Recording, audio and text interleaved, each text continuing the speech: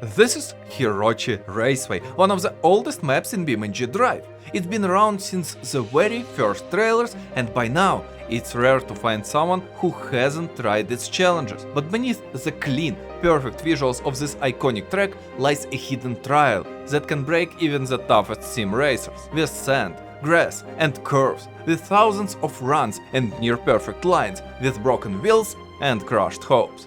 This is the story of the short race circuit at Hirochi Raceway. Firstly, let's take a look at the race itself. Short race circuit is, you guessed it, rather short. With even semi-decent driving and any of the standard racing baseline setups, you are looking at about a 1-minute run. The devs actually expect you to finish it in just 56 seconds. With only 4 checkpoints, including the rolling start checkpoint, it's a nice and relaxing course, without any realistically difficult parts. Except maybe overconfidence. This small issue is the cause of nearly all restarts on this map. Going fast, on the other hand, is difficult. This is a test of perfect lines, precise corner entries, clean apexes and maximum speed on every exit. Now let's break down the track itself. As mentioned earlier, short race circuit is fairly simple, and with rolling start enabled, the race starts right before a gentle turn into a long straight. Sounds simple, but that first bend has tripped up more than a few new drivers.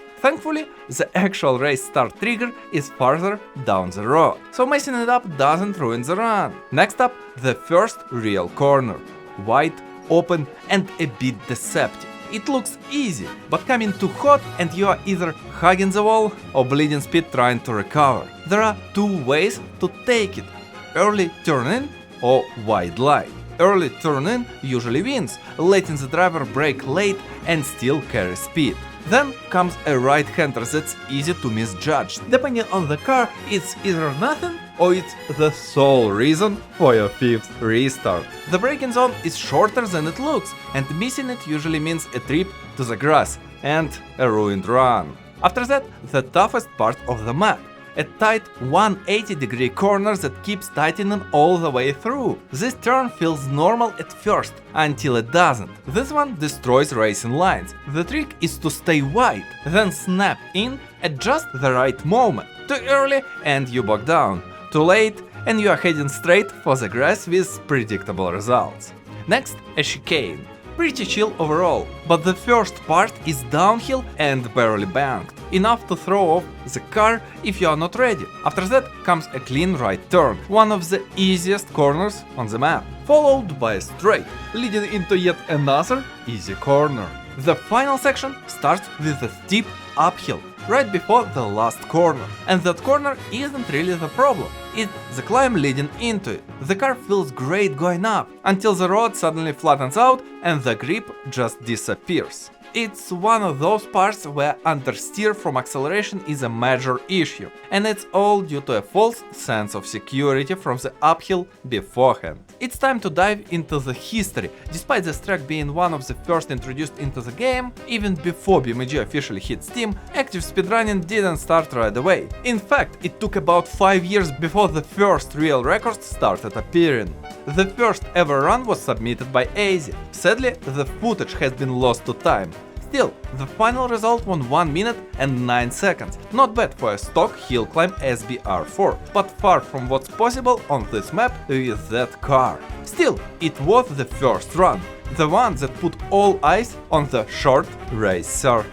Barely a month later, it was crushed by Finicky. This player used the same setup, but managed to get much cleaner lines. Still, far from ideal. With a lot of drifting, unoptimized corners and generally slow pacing, the final time was 1 minute and 2 seconds, a whole 7 seconds faster. There was something strange about this particular run though. It had way too many checkpoints. Earlier I mentioned map being short, and nowadays it has only 4 checkpoints, including start and finish. But this version had 25. The reason is simple. constant updates. BeamNG is well known for them, but sometimes they lead to widely different checkpoint placements or even a different number of them altogether. Even now, in 2025, this map has two layouts. The main menu version used for speedrunning has 4 checkpoints, while the free roam version comes with 8. During the next couple of months, this track became a full-on battlefield. Runners like Twitch Hogan, Waterglue and Aericura were all trying to one-up each other. But among them, only one would succeed and unintentionally make your own life that much harder. Aericura is a well-known sim and real-life racer. Her stay in the BeamNG community was brief, but impactful. She managed to find and implement several skips, including several on the short race circuit. Those skips are not over-the-top jumps or incredible car setups. In fact, this runner used the regular SBR4 setup that was wildly popular back in the day. Her approach was rather simple. If the game doesn't punish you for cutting corners, why not cut them? Most runners were still driving like it was a proper race, sticking to racing lines and playing it safe. But BeamNG isn't like real life. You don't have to worry about broken parts or injuries. If the car can survive it, it's a fair game. The shortest distance between 2 points is a straight line after all. And so she started cutting. The first big skip came almost right at the start. She skipped a tricky right-hander by going over the grass, then across a patch of concrete and back onto the track further ahead. Later in the run, she used the sand to not just cut the course, but actually help slow the car down and set up a cleaner line into the next corner. Let's look into those skips a bit further. Concrete, sand and grass are all completely different to drive on, and each one demands a unique approach. The concrete, as you might have guessed, is the easiest. It's basically just a slightly different surface than the track itself, but there is a catch: the exit angle. With the right setup, the car will leave the concrete smoothly. With an unoptimal exit though, expect a loss of speed at the very least. Grass is where everything gets turned on its head. But funnily enough, it really boils down to one rule: don't steer anywhere you don't have to. If the car stays pointed straight and you avoid extreme turning, this section becomes manageable. That is, if the suspension can handle the roughness. Extremely stiff suspension means every bump in the grass will be felt and control will disappear fast. Very fast. Sand is the weirdest of the three. On one hand, it's pretty much like grass. Avoid rapid turns and you should be okay. But on the other hand, the car loses speed much faster on sand and can even get stuck. The car literally sinks into it. Another thing to watch out for is underbody damage. Sand can rip apart the underside of cars, especially on vehicles with a low frame, like the Scintilla. But back to the run. As stated earlier, Aericura used the SBR4 in its typical hill climb setup and went for massive drifts across almost the whole track. The reason is the weight of the car. The SBR4 is quite light. Combine this with the older physics engine and AWD setup and you get a simple truth. It's actually faster to flick the car and power slide through corners because you can accelerate more sideways, even on asphalt. Still, her run was not ideal and could have been much faster. She managed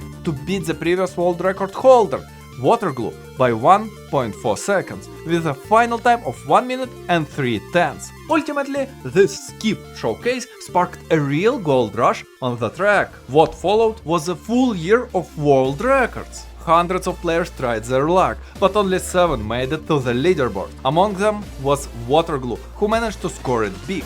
Just 10 days after Aericura's run, Waterglue set a new record. He used the same skips, but with a twist, a different car. Instead of the SBR4, he picked the ETK K series, technically slower, but a strong choice for a track filled with corners. After all, it's all in the corners here, and surprisingly it worked well for skips too. Upon closer inspection, his car was missing a bumper. That wasn't a mistake, it was done to reduce speed loss in the sand and minimize damage from bumps along the way, and as a bonus, reduced weight.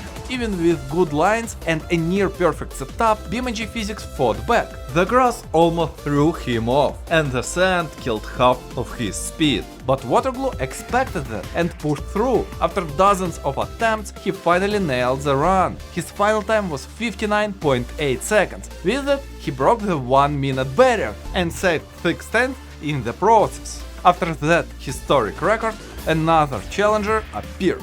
Just a few days later, Waterglue's time was crushed by none other than Eddie Murphy. Armed with the SBR4, he set out to dominate the leaderboard. But he wasn't ready for the ferocious back and forth that followed. For several weeks, the record kept changing hands. The fight was intense. Eventually, Waterglue got tired of the chaos and decided to end it once and for all with a great run. He pushed the ETK K-Series to its absolute limit, found an extra second and set a new all-time best, 58.5 seconds. It was only 1 second faster despite mistakes, an unoptimal exit from grass to concrete, messy corner entries and massive speed loss on the sand. Still, this was a statement from Waterglue. Enough. But at this point, beating Waterglue became Eddie Murphy's primary goal, and he was ready to do it no matter the cost. He was the first to implement a completely new type of strategy, a strange one at that. He stripped down his SBR4 of any extra weight, doors, seats, even fuel. Everything was removed to save every possible kilo. You see, in BeamNG reducing weight is a valid strategy for nearly any setup. For example, each door on the SBR4 weighs 23 kilograms, and dropping weight like that brings real performance gains. Better acceleration, shorter braking distance and less suspension load are just a few of the improvements. But there are downsides, and while most of them, like increased oversteer, can be managed with tuning or skill, there is one that's much harder to control: rough terrain. A lighter car is more likely to get bounced around. Losing grip or control becomes much easier on bumps, jumps and rough sections. Short race circuit has more than enough of those to ruin a fast run. Eddie Murphy's run was fast. With smooth control, he fought to keep the car steady on the grass patches, expecting trouble at any moment. After many failed attempts, he learned his lesson. He knew he was faster overall, and reducing the car's weight only increased that advantage. By adopting a safer approach through the rough sections, he lost some time, but it didn't matter. In the end, he held the world record with a time of 57.9 seconds. He nailed a great run and shaved another half a second of the track record. Sadly for Eddie Murphy, Waterglue was not in the mood for games. He decided to flex his skill in both tuning and driving to show the challenger who truly mastered this track.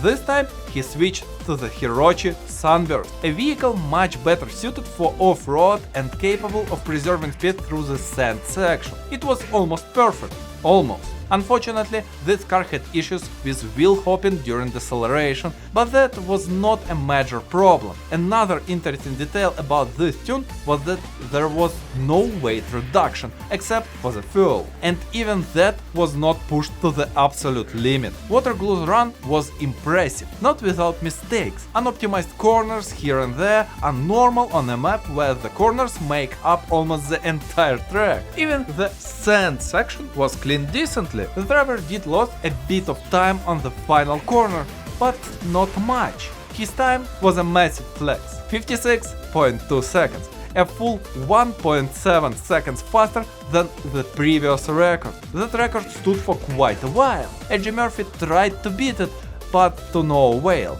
It was simply too good, at least for his hands. But many others had what it took to take the record from Waterglue, and within a month a new battle began, one that would change how this track was run. Falcon FX9 was the first to strike. He used the Hirochi Sunburst and implemented all well-known and established skips: grass, sand and weight reduction, trying to squeeze every millisecond from both the vehicle and the track. Although there is something strange about this particular run. While all previous runners skipped a big chunk of the track by going through a large sand patch, Falcon decided to ignore it and instead focused on the standard route. Turns out, the Sunburst's cornering ability combined with reduced weight helped to not only preserve speed and avoid unnecessary damage, but actually surpassed Waterglue's run. Final time 55.5 seconds. Another 6/10 was shaved from the time. Waterglue did strike back, but at this point it was too late. Within the next week his new time would be completely crushed and he would stop trying to reclaim the world record. His final time on the track was 54.7 seconds with no weight reduction. A great time, but in just one day Markoon completely destroyed it, using the Sunburst, full weight reduction and an optimized tuning setup. He was ready to crush any opposition. His tune was much more stable than previous versions, and yet the driver still almost lost control on one of the grass patches. He managed to quickly stabilize and continue to the finish. With a time of 53.3 seconds, he pushed the limits of what was possible on the track and saved 1.4 seconds. Not many dared to push their skill to the limit and try to take the crown. Zunkusim and Monobrown both spent days grinding for that one perfect run. And among the two, Zunkusim was the first to succeed. His Sunburst, made specifically for this track, was gorgeous. With huge weight reduction and nearly perfect driving through some of the toughest corners, he managed to set a new world record. The final time 52.8. An incredible run. But as mentioned earlier, he wasn't the only one putting in hours. Monobrow was right there too, grinding just as hard but with a completely different setup, a stripped SBR4. And while removing parts has become a totally normal part of BeamNG speedrunning, this runner did something unexpected. He removed the nitros. No nitro in a speedrun. At first glance, it might sound like a mistake. Nitros gives a huge boost in power and acceleration, but on a track like short race circuit filled with corners and skips with rough terrain, NOS comes with serious drawbacks. The biggest one is loss of traction. That sudden burst of power can overwhelm the tires mid-corner, especially on grass or sand, and lead straight to a restart. So Monobrow focused on control instead. At the end of the day, the saying "slow is smooth and smooth is fast" exists for a reason. His corners were clean. Not perfect, but clean enough to make it to the finish line in one piece. His time 51.8, a full second faster. Once again, the SBR4 proved itself to be superior choice for almost any race in the BeamNG. This was top tier run, and for the next 5 months nobody even came close to Monobrow's results. Until one very well known name in the BeamNG speedrunning community stepped in. Fact, the king of asphalt in BeamNG spotted a new challenge, and it looked like fun. Asphalt, curves, straights, everything a proper racetrack should have, and he made up his mind to break it in half. By this point, Fack had already earned a reputation, and when he wanted a world record, he got it. And he had the perfect vehicle to do it, a Hirochi Sunburst, built to his own spec, fast, stable through corners and rough terrain, and equipped with nitro. He started grinding, and after a couple dozen attempts, he nailed it. Smooth corners, clean skips, and near perfect driving. His run was instantly seen as one of the best ever done on this track. Even today, beating his time is tough, even with better car options. Final time 49.8 seconds. The previous record didn't stand a chance. 2 seconds were saved. As a bonus, he also broke the 50-second barrier. Not everyone was ready to accept his win, however. Monobrow spent 2 weeks grinding and eventually took the record using an upgraded hill climb variant of the SBR4. His run had small mistakes, but the speed of the SBR4 can't be underestimated. On the straight, he gained the lead and managed to hold onto it until the very end. His time wasn't far from Fack's, but it was enough to beat him, 49.7 seconds.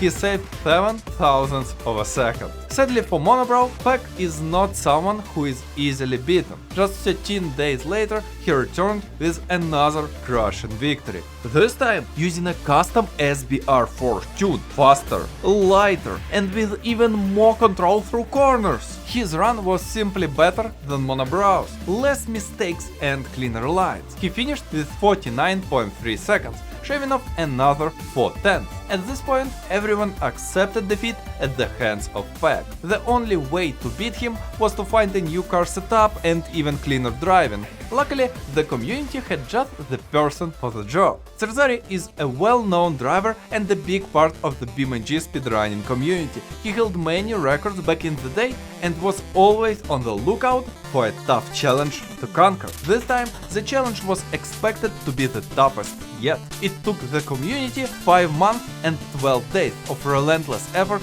to beat Fag's record. They tested different setups, ideas, and refined their driving to the highest quality. In the end, Serzari was ready. With SBR4 tune created with help from Akimbo Beta, a moderator and a fellow speedrunner, all that hard work paid off. Serzari not only completely destroyed the previous world record, but also proved it was truly possible. His final time an impressive 47.9 seconds, shaving off another 1.4 seconds and breaking yet another second barrier. Fag watched with amusement. His record had been crushed, sure, but he wasn't too worried. He knew his driving skills and mastery of tuning would eventually prevail. So he got to work on a new run. First step, a new setup. The old one was good, but not perfect. This time, everything had to be dialed in. His new SBR4 build was quicker through corners, with better acceleration and smoother handling. All of that amplified by Fag's precision behind the wheel. In the end, he didn't just want to reclaim the record, he wanted to make a statement. And that's exactly what he did. A new world record, another second barrier obliterated, another second save. His run was nearly flawless, with only minor mistakes, and it all added up to a jaw-dropping 46.9 seconds. Another dominant performance. It was done. The community tried to beat him, but the record was too perfect. Even Serzari couldn't match him. At this point, only one thing could shake it all up. A different vision. Maybe there was more to this track than what everyone assumed. That's exactly what one runner brought to the table. Headshot 0-0. He decided to explore every possibility and noticed something interesting. This was a loop. A complete race where the start and finish were at the same point. And with just 4 checkpoints, there had to be at least one shortcut. And there was. Turn around at the second checkpoint and cut out half the map.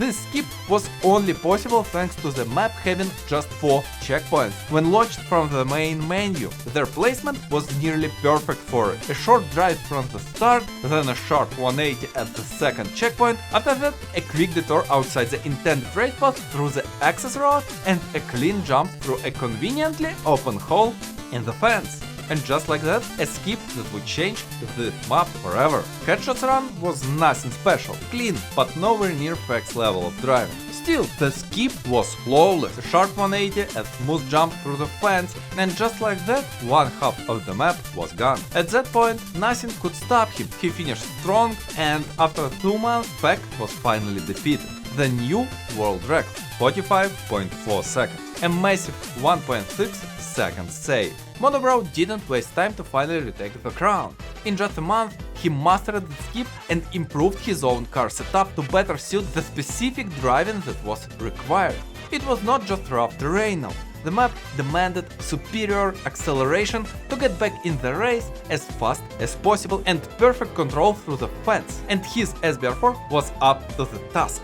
It was obviously faster at gaining speed than any other option, and without nose, control on rough terrain was an all-time high. His corners were not optimal, yet he managed to overtake any potential challenger with a time of 43.4 and saved almost 2 seconds. This skip was already saving nearly 4 seconds, but how far could it really be pushed? As it turns out, the ceiling was surprisingly high. On the surface, the skip is easy, the only problem is the time. It simply takes too much time to perform this 180. It can take up to 4 seconds to finish it, and after that, mastering the new route isn't easy either. And even though the skip cuts out a huge chunk of the track, regular driving still makes up most of the run. And learning ideal lines for each turn, that's a difficult task even for seasoned racers. After Monobrow's run, nobody expected complete silence, but for the next 11 months, not a single new world record was posted. Many tried to put together a better run to finally take the crown, but that record seemed unbeatable. That is, until Kimorasa decided to have some fun too. He had already proven himself as a skilled player, not someone whose runs could be taken lightly, and with just 4 successful finishes using his trusted SBR4 tune, he managed to beat the previous record. Keep in mind, that's just the completed runs.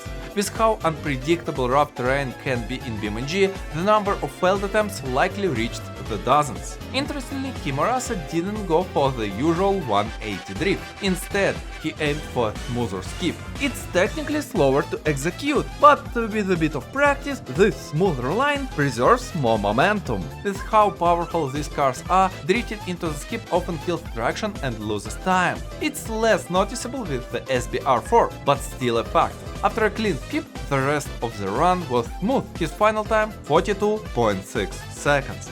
Another barrier broken, another 8/10 saved.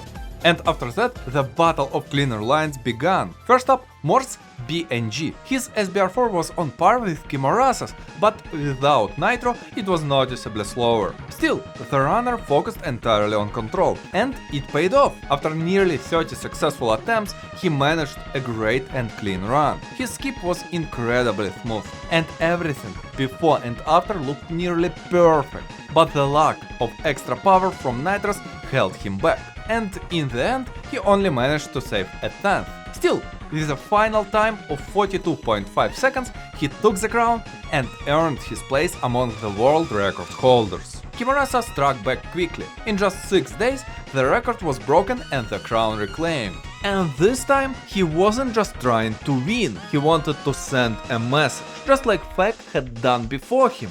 This run took countless attempts and fine-tuning, with small adjustments made to squeeze more speed out of every corner, and most importantly, to make the skip smoother and faster.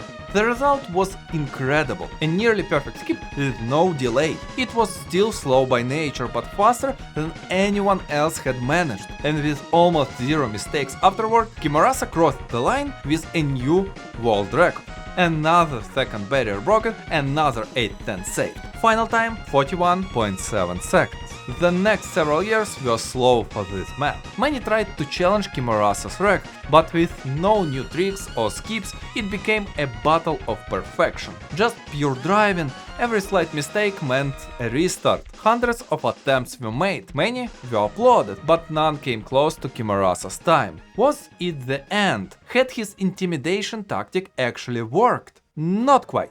In early 2023, Hyku joined the fight. He had always liked this track, and the skip added just enough spice to an otherwise straightforward race. He had tried to beat the record before, but Kimorasa's run was simply too strong, until the BeamNG dev team dropped a new toy, the Scintilla, and this car flipped the map on its head. On one side, it was completely uncontrollable. Oversteer, understeer, fragile frame, everything about it screamed chaos. But on the other hand, it had incredible top speed and acceleration. And what more do you need on a track with a massive 180 that kills all your momentum? That's what Hyku thought when he decided to push the time lower. His Scintilla setup was fast, sure, but unstable. Every small steering input turned into a fight for control, and the car's low frame meant that even slight bumps could deal serious damage. After just one grass patch,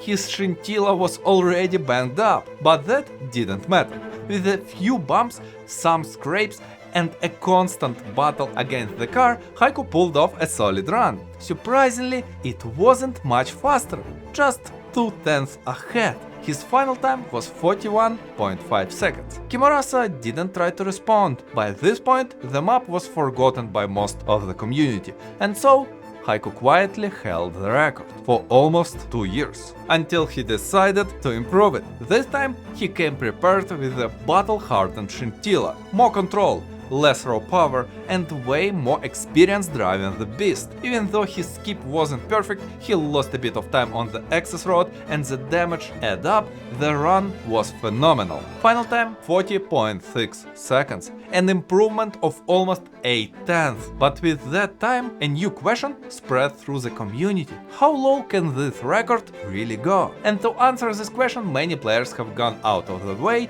to improve setup, lines and route. Among them were two recently joined players, Gaming and Cryocentric, both with vast experience in asphalt driving and both ready for fight for this record to the very end. Eric was the first to publish a record in early 2025, 3 months after Hyku's incredible run. He was using a specific tune created in conjunction with another great runner, Wulp, and based on Hyku's setup. This version of Scintilla was thirdier, with dark owl parts that weren't as easily damaged or lost on small bumps. His run was good and felt fast, but he lost quite a bit of speed due to the wide first turn and then an unoptimal path to the concrete. His skip on the second checkpoint was smooth, but painfully slow. Everything else was clean, and Eric crossed the finish line at 40.58 seconds, 800 faster. Finally, the crown was taken from Hyku, and with it, another fight for the title had begun. Almost a month later, Cryocentric jumped into the fray with a totally different setup. Fear This was the name of his car, and his driving was sure to deliver the message. With nitros and a regular setup without any fancy dark owl parts, his Scintilla was quick, but the real beauty of this vehicle was how it cleared corners. Cryocentric is well known for prioritizing control over everything else. His high skill is famous in BeamNG, the multiplayer mod for BeamNG, where he is regarded as nearly unbeatable. This car was specifically designed to show everyone what's coming next. He will overtake you and be first, no matter the circumstances. Let's take a look at his run. Skip was nearly perfect, smooth and clean. Sadly, he lost some time while getting back on the track. His drift on the sand was painful and cost him at least a tenth of a second. But no matter the small mistakes and damage, he finished. Not only that, he managed to save 4 tenths, finishing with an impressive time of 40.186 seconds. But Eric was expecting the unexpected and was ready for almost anything. Almost. This run didn't take him by surprise, but saving 4 tenths of a second did. After all, this was a run that managed to surpass his skill. What followed next were 5 days of non-stop grinding. Eric knew he could take the crown back, but a perfect run was required. With his trusty Scintilla and a goal in mind, attempts start flying, and after several very close runs, he finally pulled off a clean run. Smooth skips and fast pace across the whole track, except one specific spot, the sand part. He simply lost too much speed trying to get back on the track, which almost led to another failed attempt. His final time was 40.151, only 300 faster, yet it was enough. He was faster, and now the crown was his once again. Until 4 months later, Cryocentric got this run.